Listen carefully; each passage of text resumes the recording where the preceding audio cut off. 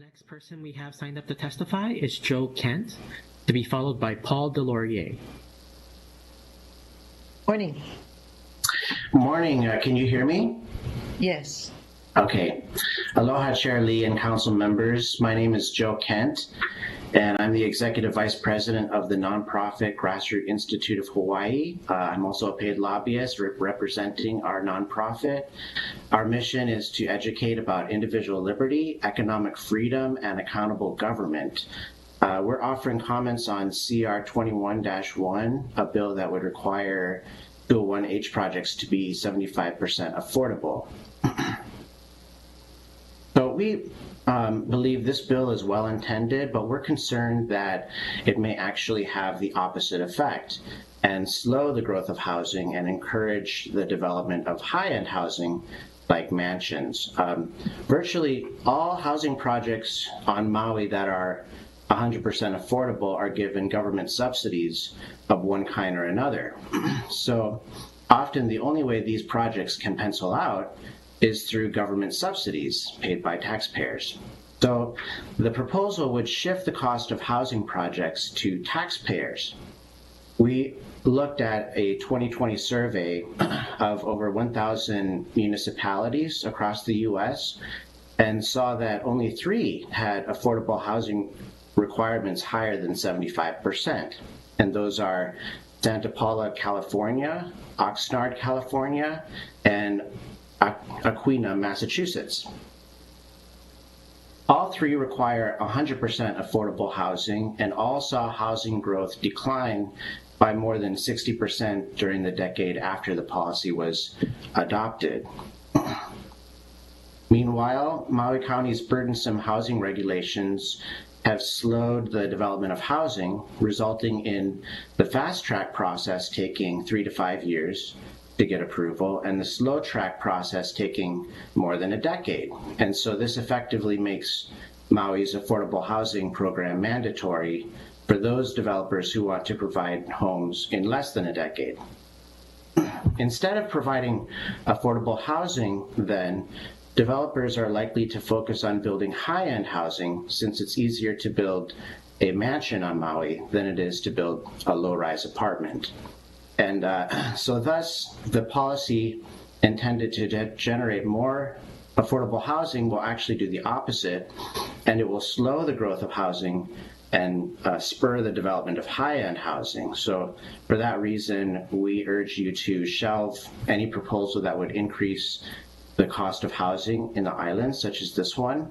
And instead, we urge you to consider reform options listed in our report, How to Build Affordable Thriving Neighborhoods.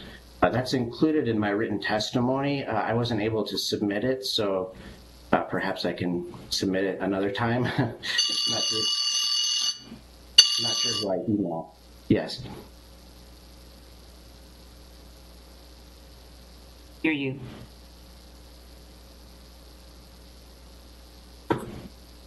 I'm sorry, are you guys waiting for me? Can you hear me? Sure, you muted. Oh, okay. Just speak for a second. One moment. Oh, I'm sorry. Yeah. Might be a technical problem. Mr. Gimura, Would you like me to, okay.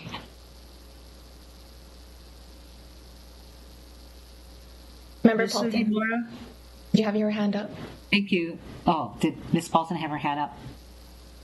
I saw yours first. Can you, one of Okay. you, please go forward? Thank you. Thank you. Thank you, Mr. Kent. Can you please submit your testimony as well as what the report? We would love to. Thank you. Yes. I have a lot more data in my testimony too, including the 1,000 municipalities and their affordable housing requirements and statistics. So I'm not sure who I emailed to do that, though. I apologize. Clerk. All right. Any more questions, Mr. Gimura? No, but can the clerk give him the address to send the testimony to? Sure. James, could you send that information to Mr. Kent?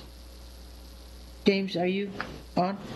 Yes, Okay. we can send that in the we can private message him in the meeting chat. Thank you. Okay, thank you.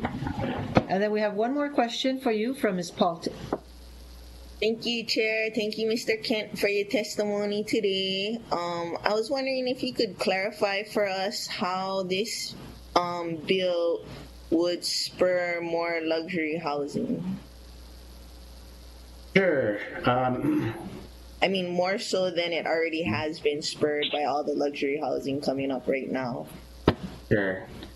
Well, if let's say you have a 1 acre to build a low-rise apartment building, and 75% has to go to below market rates, that means the 25% have to be priced at such a rate that it would recoup that cost. So now you have to find someone who's going to pay lots more money than it's worth to live in a low-rise apartment building. And it's hard to find those clients, and rather than go through that rigmarole, it's sometimes easier to just build the mansion. So in that respect, we feel that this may actually have the unintended consequence. Okay, so you don't have any proof or studies or anything. It's just a feeling of an unintended consequence. Oh, no. We have studies on that. We have a report that we've written about the housing regulations in Hawaii and across the nation. We've compared them. And the report is called How to Build Affordable, Thriving Neighborhoods. We can send that to you, too. And to clarify, when you say we've written, you are speaking about The Grassroots Institute of Hawaii, yeah. Okay, and you're a We're a paid lobbyist nonprofit. for that. Are you a paid, I'm sorry? Are you a paid member of that organization? Yes. I said earlier I'm a paid lobbyist for the nonprofit. That's right. Thank you. I see Mr. Sinensi has a question. Thank you, Chair. Just clarification, which was the nonprofit, Mr. Kent? The nonprofit is called the Grassroots Institute of Hawaii. Oh, okay, thank you. Mr. Molino. Thank you, Madam Chair. Good morning, Mr. Kent, and thank you for sharing a real much more balanced perspective of the legislation. Now, in your testimony, I guess you mentioned a concern that it could, disincentivize developers from doing affordable housing projects. But as it is right now, as I mentioned to an earlier testifier, we already have 4 projects that are ready to go, one at 65%, another one at 100%. So I'm having a hard time seeing how this legislation could deter developers, because it seems like they're open to it.